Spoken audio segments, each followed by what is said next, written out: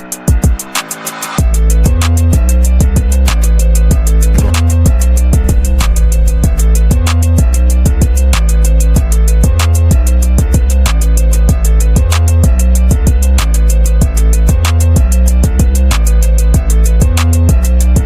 and welcome to another exciting episode of the Andre The Beast Crayton Show.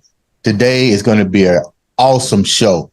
We're going to talk about pure deception. And pure deception is, to me, is where you can have somebody in your life and you thought you knew them, and all of a sudden the gates begin to open up and you realize this person isn't who you thought it was. And more importantly, it starts to affect your life as well. I'd like to welcome to the show a beautiful young lady who's coming on to tell her side of a story on what actually happened to her in this journey of pure deception. Welcome to the show, Ashley DeCapua. Did I get it right? No. Almost. Ashley DeCapua. I'm not Italian, but I get the last name. Welcome to the show, baby girl. Thank you. So let's get right down to it. Tell the viewers a little bit about who Ashley is. So I am a mom. I have a 2-year-old son almost. He'll be 2 years in December. I am originally from Long Island, New York, and moved down to the Greenville area of South Carolina about 2.5 years ago. Mm-hmm. So I don't know. Do you want to know what I do? Oh no, you're from New York, man. What's that like growing up in New York, man? So it's different than what you're probably picturing. So I was on Long Island and it was a bunch of small towns. I graduated high school with I think it was 102 kids. Really? So just like farm towns, a lot of beaches. I don't know if you're familiar with the Hamptons, all of Dune Road. I've heard of it. So that's where I grew up. So I was 5 minutes from the ocean, water all around. So yeah, I mean, I loved it. I loved growing up there in the small town that I was in. I had one stoplight in my whole town. What was it like growing up there for you and your family? Your Italian heritage. That's a pretty close-knit family. You don't see, I guess, things that normal kids would probably see. Probably was pretty sheltered to some degree, right? So my family, my parents are still together. They've been married, I think, 48 years. I could be off a couple of years, but yeah, a long time. I think they got married when they were 19. And my whole family, nobody in my family is divorced or separated or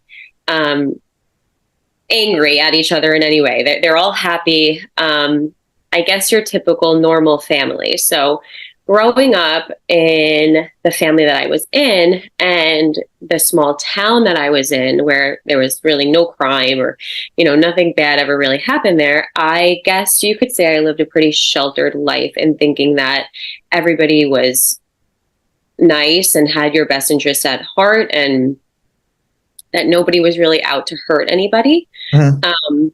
So you never had anything out of the norm ever happened to you growing up? I mean, it's almost like a Cinderella storybook so far. Like nothing can go wrong in this life for you. But something, as you got older, things. The saddest thing that I think happened to me growing up, my sister and I were almost 4 years apart. Right. And when we were younger, we were best friends. We would wrestle and play, and we only had each other because we were so young. We didn't have friends yet. But because of that big age gap, when she was in middle school and getting into high school, she was all into her friends, and I was still too young to really have friends to be going and hanging out with them. So right. I think that was the saddest part of my childhood, was when my sister didn't want to hang out with me anymore. Are you and your sister close now? I mean, we are. Yeah, she's actually getting married September next year. So it's been exciting. She's still in New York, but she came down, went wedding dress shopping. She loves my son. My son loves her. So yeah, we're close now. But if you're asking me about my childhood, what went wrong, I think that was the saddest part of my childhood. Really? Well, we all could have a hell of a lot worse in our childhood. So you You're right. get older and you shared a little bit of your journey, and all of it was really shocking, to say the least, especially when you're like 17 and 18 and you start to get into the dating scene. That's when your life really start to evolve, and because you live sheltered, you probably didn't understand the art of relationships and so forth. Take us down that part of your what we might call the next stages to growing up. Sure. So again, I always thought everybody was just nice. I didn't think that cheating even happened. I only saw it in like drama shows. And to me, it was like, the 40-year-old men cheating with the secretary. So I always pictured it as like this gross thing that like older men do. And like, it doesn't happen, right? It doesn't happen to normal people. That's how my mind perceived the whole cheating and all of that. That was my exposure. Right. So my first relationship that really like mattered in high school, he, if I were to see him today, it would be fine. We would say hi and everything would be normal, but it was horrific. He cheated on me with all of my friends, all of like my best friends. You didn't tell me that in the pre-interview. Yes. So it was like all of my friends, plus, other people. It was like beyond anything that I could even like wrap my mind around. Right. So I remember like the first time that it came to my attention, I was like, no, like that's not, you're lying. Like that's not real. Like people don't cheat. He didn't cheat. Like, right. So my mind is just immediately like, no, that doesn't happen. So Did you know him? Did he grow up in that? You said you only had a class. I actually grew up in my town. So my high school was a combination of like 5 towns, but they were all small towns. So that's why it was all combined. But he actually grew up in my small town. Okay. But he was like a year older. So I wasn't like friends with him growing up. But yeah, so I think, so then he would always, make me believe that, no, it didn't happen. And, or if it did, if it was like undeniable that he did, then he would, get upset and tell me that he's going to change and everything's going to be better, blah, blah. So I don't know what the fuck is going on, right? I'm just like, all right, well, if you're telling me that, then it must be true, right? You're going to be better. And, because I always believed the best in people. And I thought like, wow, I actually feel bad for this person because he's so upset. He's about to lose me. He made a mistake. Let's forgive this, right? Let's give this person another chance. But then it would be this cascade, right? And the longer that I stayed in that cascade, the more I continued to get hurt and cheated on and, all of that, and trust being broken by somebody telling me that they're going to change, they're sorry, and then not changing, after that, that's a complete and utter, it breaks your trust, right? It would break my trust. So then the longer that I allowed this to go on, I was then betraying myself and my trust, and I was losing trust in Ashley. Mm-hmm. And I think that's really where I began to lose me and who I was being brought up and where I got to after that relationship. I think I had no idea who I was. I couldn't understand how my friends would do this to me, how this person that claimed to love me would do this to me. Did you confront your friends about it? Or they were mean to me. If I'm being honest, they would all bully me because I was like, the girl that no matter how many times he was with these other girls, I was always the one that like he would come back to and want and try to make it work. And, so I think that they resented that. How old were you, Ashley? Sorry. They weren't sorry. How old were you when this first started? Probably 15 or 16.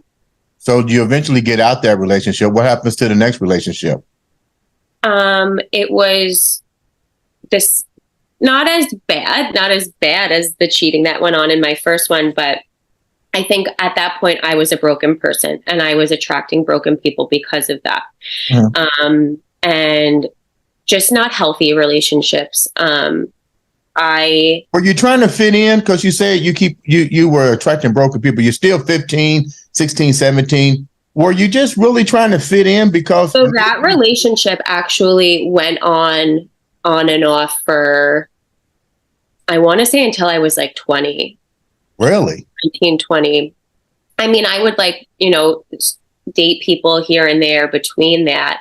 But I stayed in that I don't want to say in that relationship because it wasn't always a relationship, so to speak, but just intertwined with that person way longer than I should have. Why do you think you was intertwined with him from 15 years old to almost 20 years old, even though you were seeing other people and you just indicated that maybe you was attracting, if you was attracting the same type of environment, why was you going back to the environment that has already been validated from all of your friends what this individual were doing? I think because I was so broken, I wanted at the end of it, looking back now, to feel that I succeeded in making this person change for me, right? To be better for me. And that's what I think I was so hell bent on, was that I needed to be the person that this person is going to change for, that he's going to love me enough to change and be better.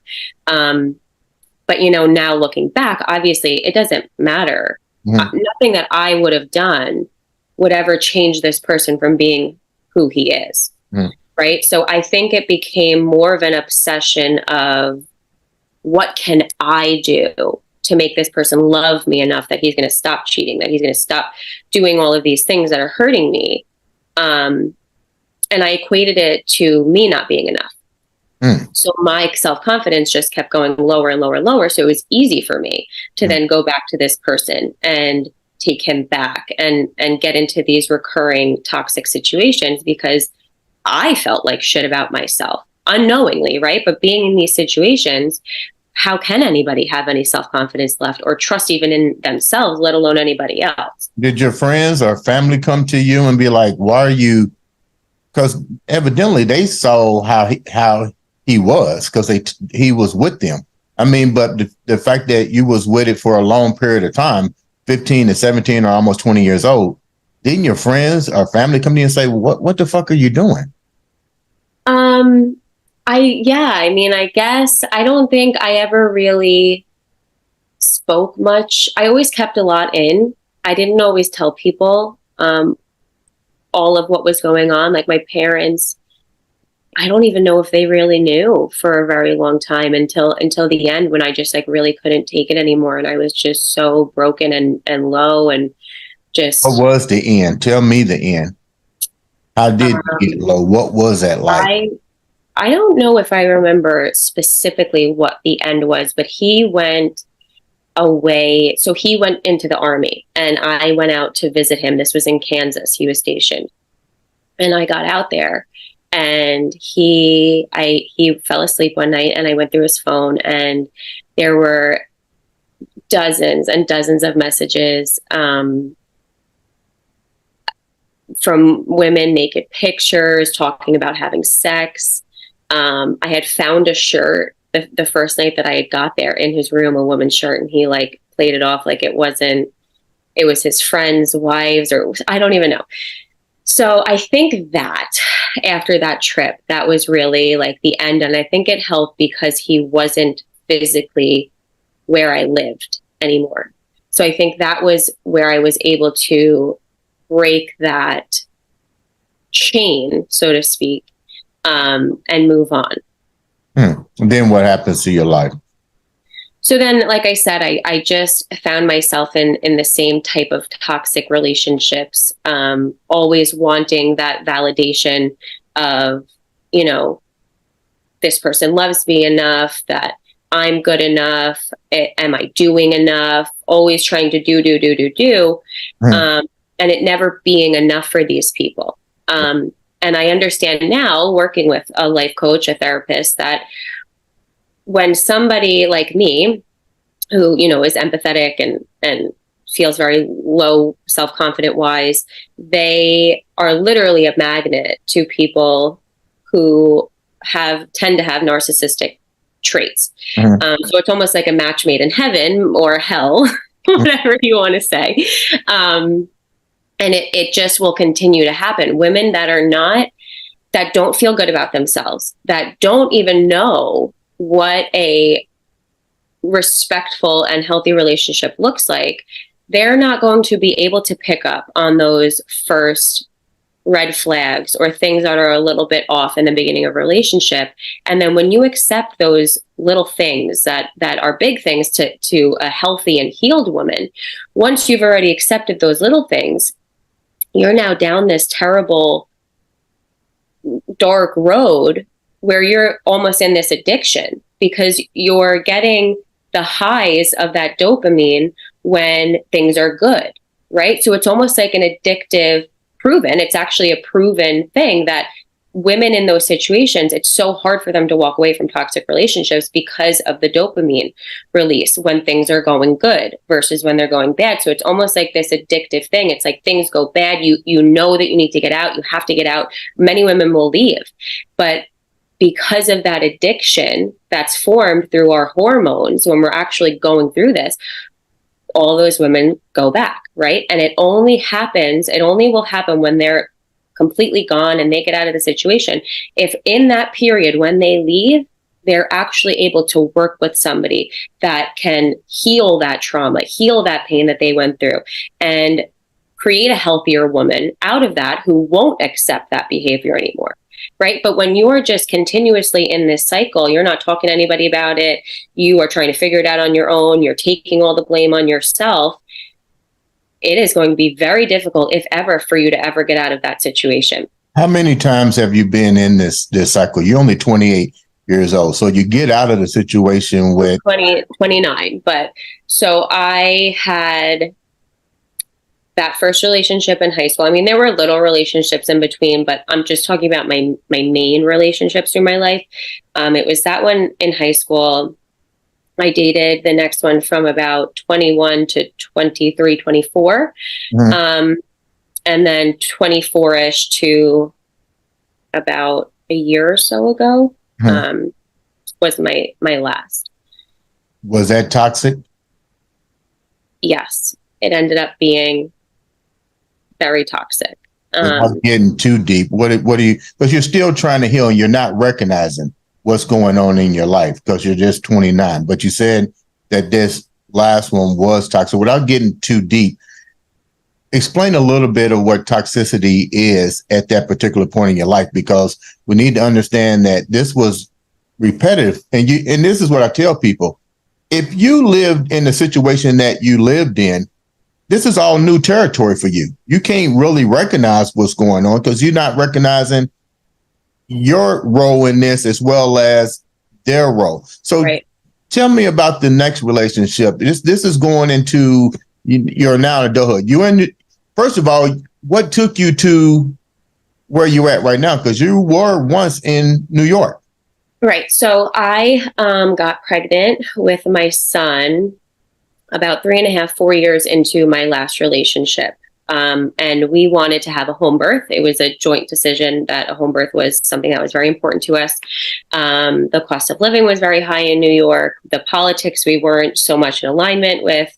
So we wanted to get out of New York. And he had a family member who lived like southern North Carolina. So we saw Greenville, South Carolina, and liked the area and just kind of jumped into it because we knew that we wanted to get down there before our child was born. Right. Go ahead. What were you going to say? No, I said right. I'm listening.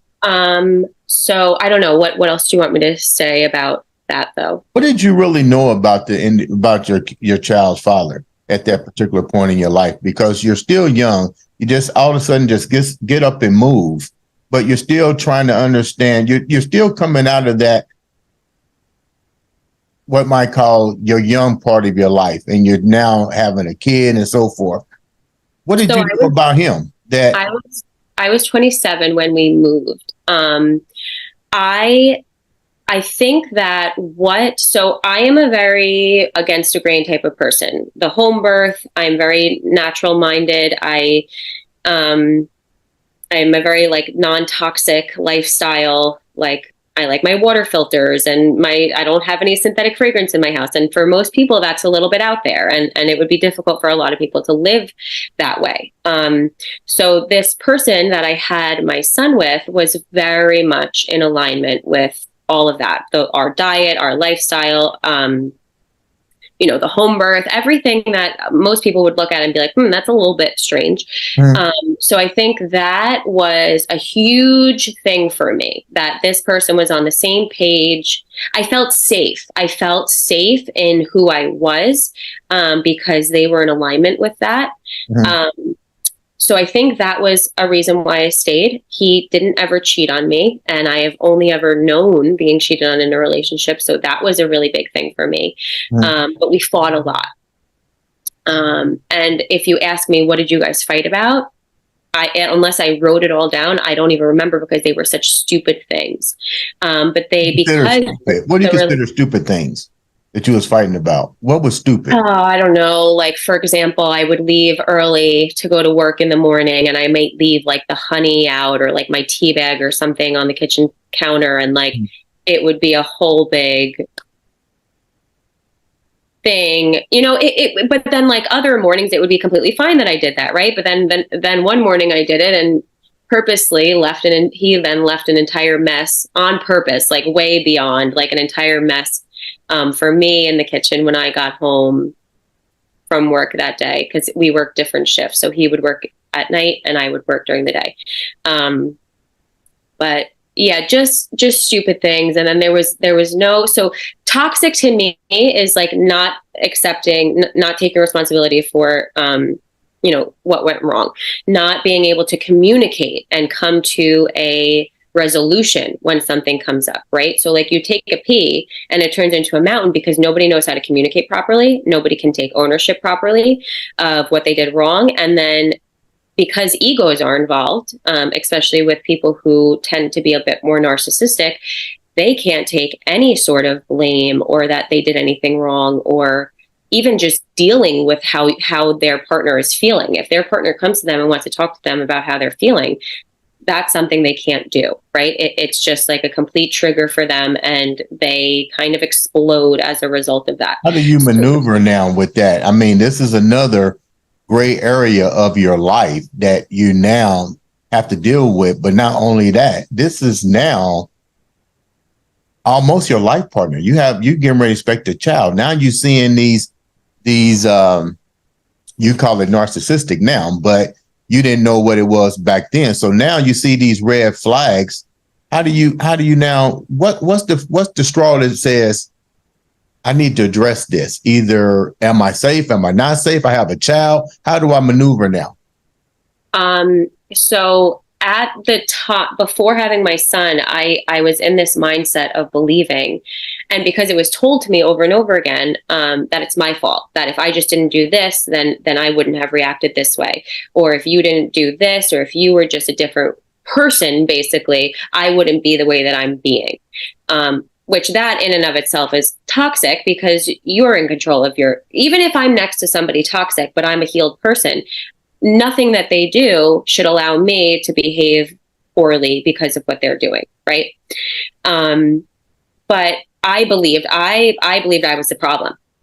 So in that situation, because I wasn't cheated on, I wasn't physically harmed, I had this person who was in alignment with all of my, out of the norm beliefs and ways of life. I felt, okay, well, I just need to change. I need to be better. I need to do more. I need to keep my mouth shut more. I need to do it, right? I. So when I was pregnant with my son, I tried that. I tried to keep my mouth shut. I tried to do everything to make him happy. I had my mom come and bring his family members down to visit us while I was still pregnant. And she didn't even get to say a thank you. But he left, actually, with his family members. No thank you to my mom. Just a complete catastrophe. And I think because I was pregnant and there were other people involved, my family, my mom, I couldn't hide it in myself anymore. I couldn't hide what was going on. I couldn't rationalize it on my own anymore, because there were now these other eyes that were that were involved. So I was forced to actually realize the reality that no, this behavior is not normal. This is not my fault. I didn't do anything to create this. And now there's this other person who is seeing these things happen now, who is my validation of, no, you're not crazy. This is crazy, right? So in being the way I am, keeping everything to myself, not talking about it, and only having my partner's voice saying, well, it's you, it's you, it's you. What else are you going to believe? If you're being told something over and over again, eventually you're going to believe it, right? Hold on, Ashley. His family came down. Did you ever look into his family? Did you spend time with his family to see if maybe some of this thing is genetic? I didn't think at the time anything about genetic, but when I met him, I didn't believe that anybody, like, I just believe people have families, but you are who you are, and your family doesn't make you who you are. Boy, was I wrong. But I see now that, when you're dealing with somebody who came from a broken family, who had a father who wasn't so present, I don't want to talk so much about his family, but I realize now that that's the standard that's set in that family, and that's what their normal is, and that's what is accepted and okay. And I think that that's where it really matters, finding somebody who comes from a similar upbringing, right. A similar family dynamic, so that it just makes sense. Not that there's a right or a wrong necessarily, right? But just somebody that has the same morals and values when it comes to family. In other words, it's hard to fix broken if you can't recognize that there's broken within your structure. So your mom and dad comes down. There's no... My mom came down. My dad... So my parents have dogs and animals. They couldn't both come. Okay. But yeah, my mom came. She moved us down. She, brought family members of his down. They see what was going on in the house, because now you're taking all of the blame. Yeah, my mom stayed. Brought it to your attention. Who brought it to your attention that something just isn't right? You're pregnant. You got to have a stress-free environment. You're not recognizing you're trying to change because you're not really understanding what's going on. But now here's somebody in the house. Who brought it to your attention that, hey, something just isn't right in this happy household? My mom. My mom was in tears more than she wasn't when she was down with us, because she couldn't. So she was still living in New York at the time. They were trying to, get the house in order, sell it, put it on the market to come down.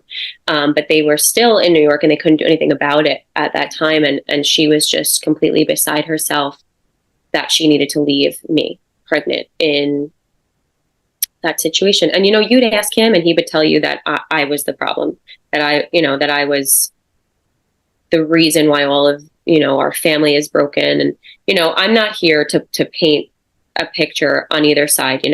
Everybody has their own reality, but it was, as far as I'm concerned, a very sad, I don't even want to say, it was just a sad situation. And I was desperately trying to do anything and everything that I could possibly do to make it better during my pregnancy, to hopefully have a whole family. That's what I knew. Like, there was no lesson in my life of, well, this is what you do if you have a child that you're not with the father. Right. That wasn't a thing in my life. You have a baby and you are with that, not just because you have a baby, but, you have a family and you stick with that person no matter what, through thick and thin. So, I just couldn't imagine having this child and not being a whole family.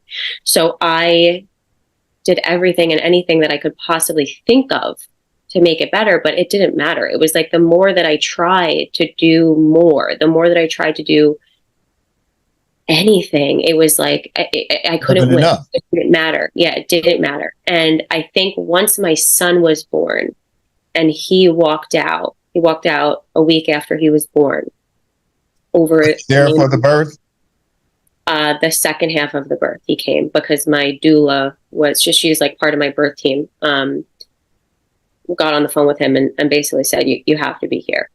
But refused to. How does this, I don't want to go too deep with it, because I can see it's an emotional topic for you. But my question to you is, that's not the norm for you because of how you grew up. But now this is. It was, yes. So it was. So I didn't even have, so because of where I was at now in that point of life, there's a line of normalcy, right? I didn't know where that was. I had no idea where normal began, stopped, came. I didn't know. I had no idea what was going on. All that I knew was that I needed to survive. I needed to try to take the best care of my unborn child that I possibly could. And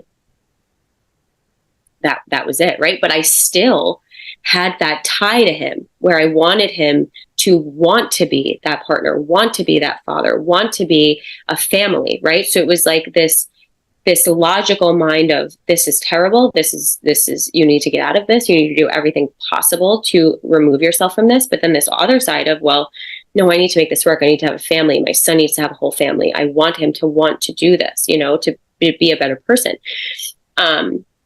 So after my son was born, and he walked out due to the birth certificate. I put both of our last names on the birth certificate, opposed to just his.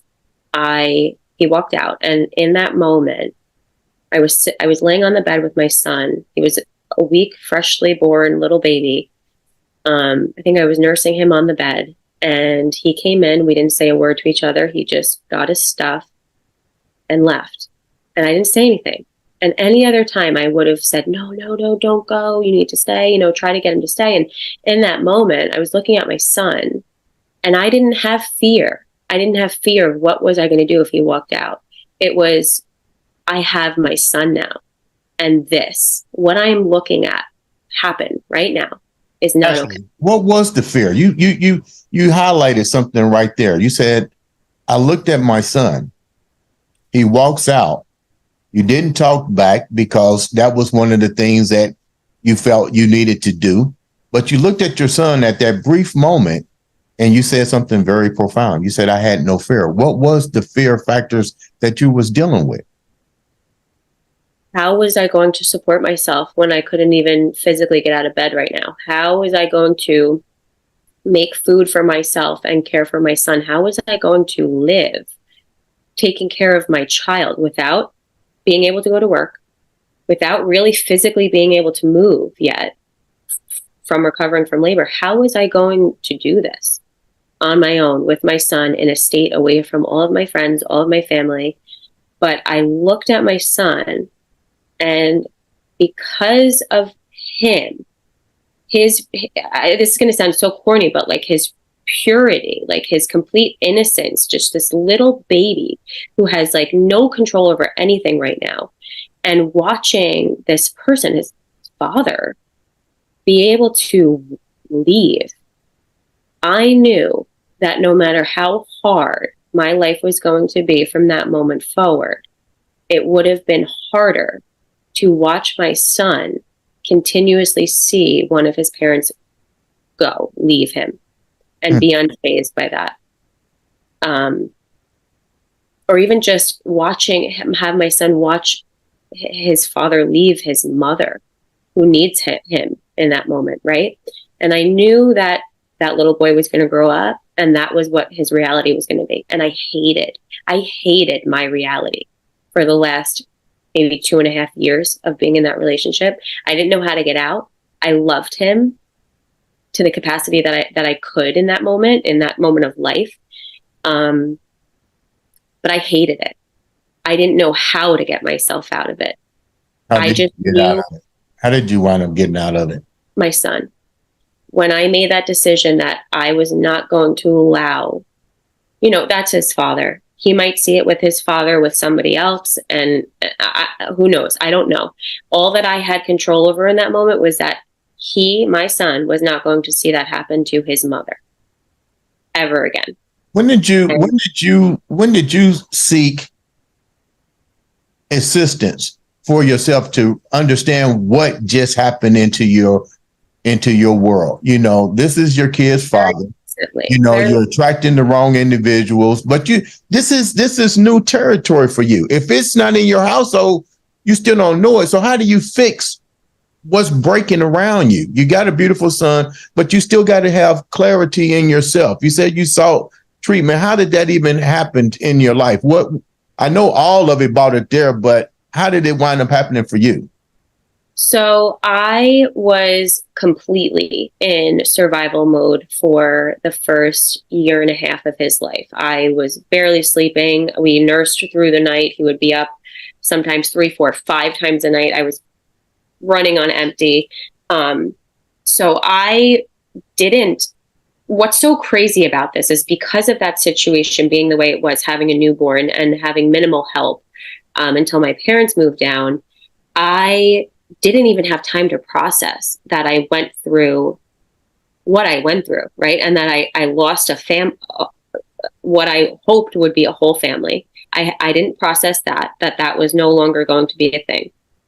I was just in constant survival mode. It was, nursing my son, getting him back to sleep, making food, cleaning the house, getting the laundry done, everything, right? There was not a moment where Ashley could sit and process any emotions or even process what I'm feeling in that moment. It was just, okay, done with this thing. What's the next thing that I have to do?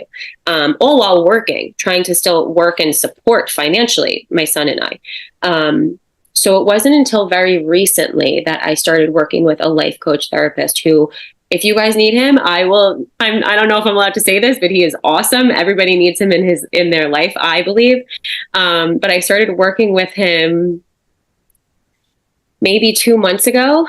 And I know that, so like, I think I said to you briefly on our phone call yesterday, through all of this, because I didn't physically have anybody there sitting with me through my postpartum and recovery and all of that, I had God, right? And I was forced to build that relationship with God, put all of my faith in God, take away all of my control because I had none in that situation, and just rely on God getting me through this and my son through this and my family through this, right?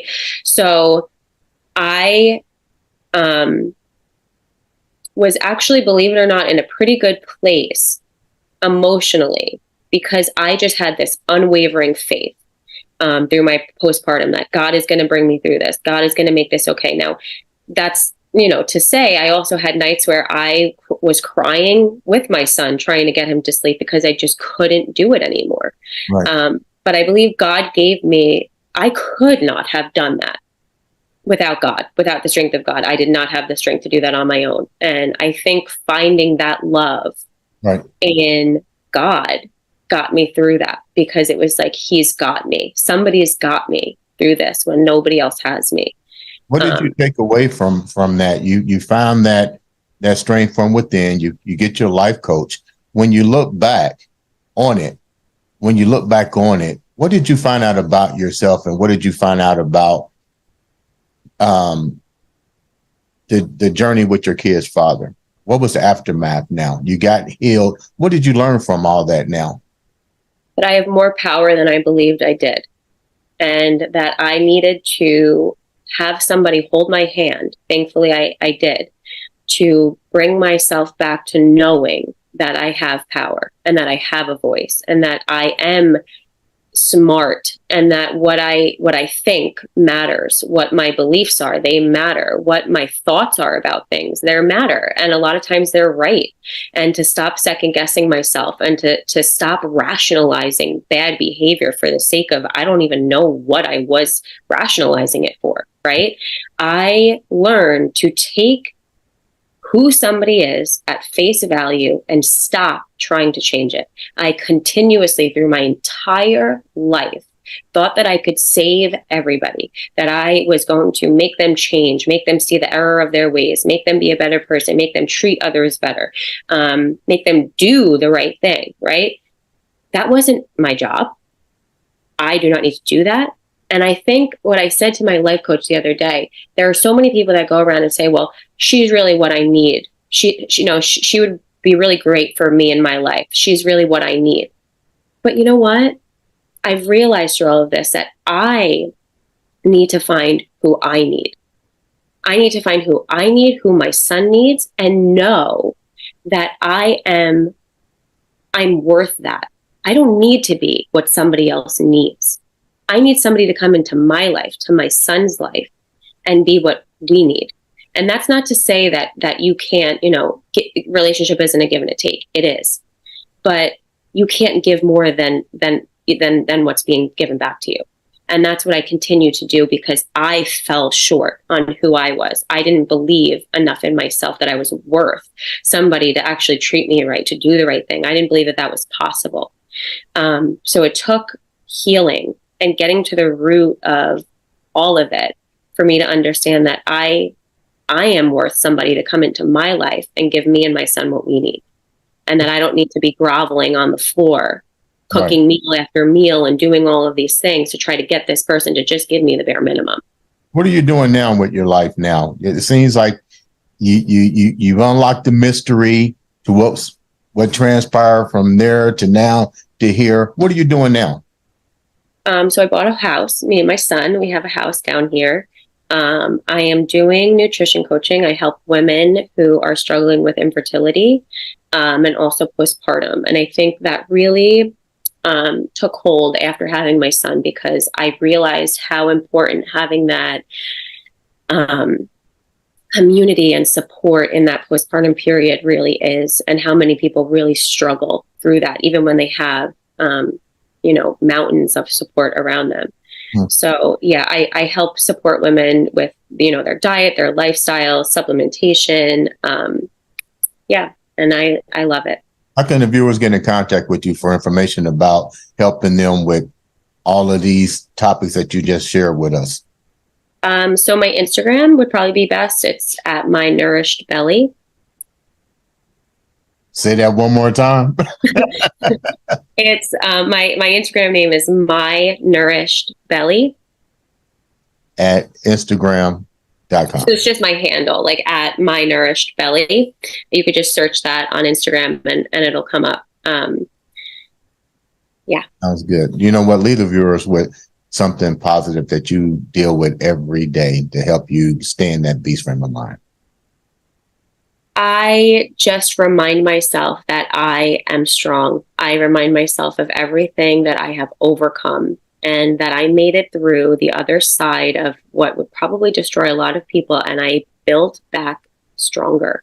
I built a life that I never would have had if I didn't go through the tough that I went through. And I think that in those moments of hard and the trying and just the ugly, we have a tendency to succumb to that and maybe choose paths that go alongside the dark.